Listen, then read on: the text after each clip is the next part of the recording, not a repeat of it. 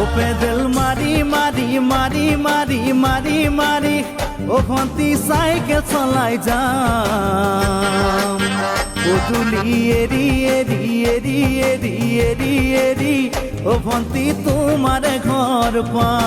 আসসালামু আলাইকুম, welcome to new another blog. আর আজকের ব্লগটি ছিল রাত্রেবেলা।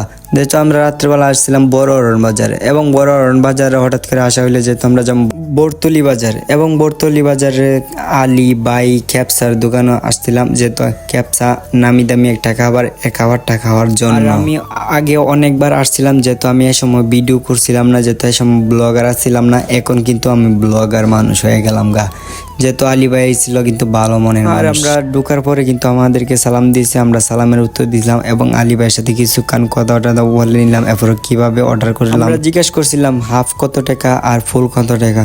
যেহেতু আপনাদেরকে বলছে হাফ নিলে রাখবো 400 টাকা আর ফুল নিলে আপনাদের নিতে পারবেন 800 টাকা। আর আমরা গেছিলাম 4 জন মানুষ, যেহেতু দুইজন করে আলাদা, যেহেতু 2 জন করে হাফ করে নিলাম। আর এখানে আছে কিন্তু 2 জন খাওয়াইনা ফিলার আর 2 জন আছে কিন্তু না খাওয়াইনা ফিলার।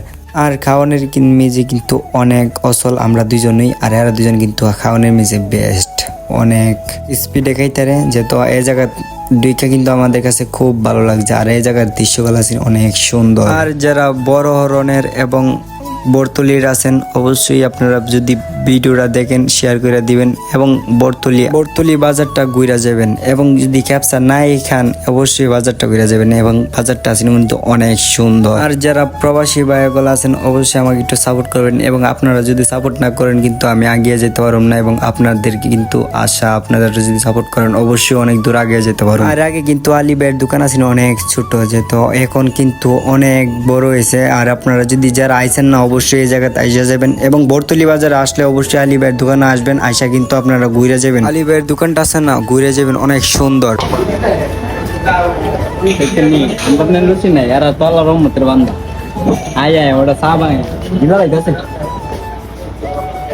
পারলে বলটা শো করাইলেন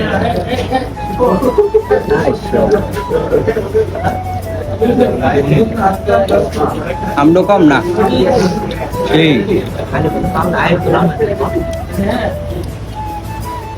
আমার লগে একটা আছে ওখানে মশল সব মশল। হ্যাঁ, পানি 2 লিটার শেষ, আর 1 লিটার লইতেই বক।